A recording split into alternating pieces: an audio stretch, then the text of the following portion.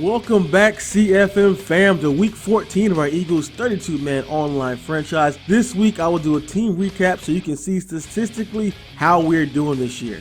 But first, highlights from our game versus the Washington Redskins. As you can see, the NFC East is one of the most competitive divisions in the league, with the Skins at 7-5, the Giants at 8-5, and we stand at the top of the division, even after a stunning upset loss last week at 11-1. As the defense and the running game could not overcome the loss of Rookie of the Year and MVP candidate Carson Wentz. So let's get right into the highlights of this week's game before diving into the team recap. The Redskins start off with the ball first versus the stingy Eagle defense, but complete a nice pass down to the 27-yard line to Ryan Grant, and he drops back again on 1st and 10, gets hit, and also he gets pummeled on the catch there. Pierre Garçon is down with the injury, not sure when he'll return. 2nd and 8, and he's sacked, taken down. The offensive lineman recovers, but the Eagles pass rush comes through and sacks him again. Kirk Cousins goes down on 3rd and 22, just totally stalling out that drive. A broken collarbone by Pierre Garçon. That is not good for the Redskins. Eagles start out 3rd and 5, but do not complete a pass. They are stopped by the Redskins defense. Let's go on to the second quarter. Not much going back on as we got a play action on 2nd and 9 for a big pass complete down to the 29-yard line from Deshaun Jackson. And the Redskins offense is on the move as they go off tackle, but is stopped there by Vinny Curry. They have to settle for a field goal on 4th and 5, and he nails it. We'll go up by 3-0. Washington over Philly. Eagles offense is struggling early, and he gets pummeled there, and he picks up the fumble, but he gets stopped there on the 9-yard line. Big play, big recovery. The Redskins are in business on 3rd and goal. Drop back and throws her interception, and it's picked off by Mikael Kendricks. Look at the replay. Faces the rush, drops back and gets in the pass lane and picks it off, and the Eagles are in business from the 11-yard line. Let's see if the offense can pick up this big 3rd down early on in the game. Drops back, and he has a crossing route wide open. Aguilar, and he's pummeled, and the fumble is picked up and is taken to the house for a touchdown. What a big turn of events. Eagles defense comes up with a big stop, but the offense gives it right back on the fumble. Eagles offense have not gained much yards on the ground, but off tackle, we got Coleman down the sidelines for a 15-yard gain. Nice play, nice gain right there. Can the Eagles offense finally get started? Drop back, 1st and 10. He rolls out the pocket, but he's taken down. Oh, big sack there by the Redskins defense. 3rd and 16. Can they convert? And he's pummeled again. Wow, Archie St. Foy with the freaking sack. Unbelievable. Eagles offense off the field. Back to the Redskins, and they go off tackle with Matt Jones is stopped. Not much doing there. Eagles defense is playing well. 2nd and 9. They go with the play action, drop back and throws right into coverage into the interception. Play by Nigel Bradham there, and gives the Eagles some life at midfield. Can they actually do something with the offense? And he throws a dagger out to Ertz down the sidelines, and he's taken down just short of the goal line.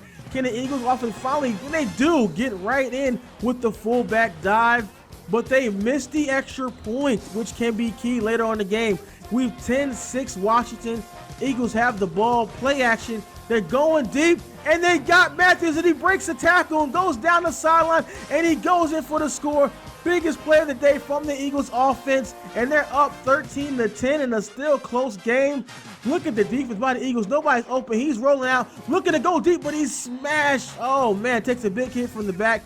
Brings short to that drive there. Eagles had the ball back, play action. They're dropping back in the coverage. What a dangerous throw there by Chase Daniels. Not wise at all. So the Eagles punt the ball to the Redskins. Been stopped by their defense. Fielded by Deshaun Jackson. Makes the guy miss. Breaks to the outside, and he's stripped. And is picked off by the fullback. Burton is picked up, and he's rumbling and bumbling into the end zone for a big score by the Eagles. Wow, what a turn of events. Eagles go up 20-10, not getting much from their offense. Nice pass there, but it's dropped. Wow, Kirk Cousins threaded the needle, but it's dropped by the wide receiver. Eagles get the ball back. Play action. He has hit the cross route. Dorio Beckham comes down with the pass, and we go into the 4th quarter. Eagles up 20-10. Nice pass to Ertz, their key target there today. Not much offense, but the Eagles are getting it done with defense in the running game. And off tackle to Coleman for the touchdown. Eagles up 27-10. mostly restricted their defense, and he throws another interception. That's 2 picks on the day to look out. Michael Kendricks there, 2 interceptions, 1 tackle, and the Eagles defense is getting it done. Toss out to Coleman, whoop, whoop, and he makes 2 guys miss as he goes in on the toss. What a turn of events in this game. Wow, the Redskins controlled it most of the game, but Eagles defense steps up with another sack. And that is it. Wow, looked like the Redskins were in control for the majority of the game. The Eagles defense really stepped up, and Chase Daniels did not get much done, but the Eagles did as a team, and that's a big team win there as they take down the Washington Redskins, who are still fighting for their playoff lives. Chase Daniels, not a great day, but he just got the job done as he needed, and that defense was put in terrible positions, but they still were able to step up. And that's what they see the score there, 34-10. First half, all Redskins. Second half, all Eagles. Hope you guys enjoy those highlights. Let's check out the stats and see from the days. Chase Daniels, 16-22 for 255 yards, save the completion. We actually had a pretty decent day. But Tevin Coleman, 21-107. Zach Ertz, as usual, just killing it. 5 receptions for 78 yards there. And no touchdowns, but Matthews had a big one on that play action. Xavier Gooden led the way with 7 total tackles and a pick there. Fletcher Cox, as usual, doing work in the trenches with 2 sacks and 4 tackles. Jalen Watkins, a fan favorite, with actually got a sack as well in there. Michael Kendricks, 2 interceptions on the day, 2 nice user picks, and Nigel Bradham as well with the interception. Let's get right into the stats.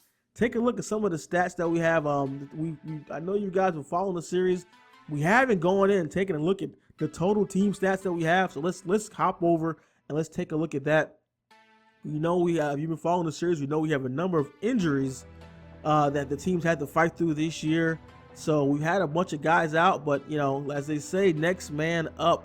So let's take a look at the player stats and the team stats as well. You can see Carson Wentz was really killing it before he went out on the injury. Tevin Coleman, the pickup that we picked up in the trade at the midseason there has been great. And let's take up the total stats. So surprisingly, even though Eagles known for their defense, the offense is actually first in the league there.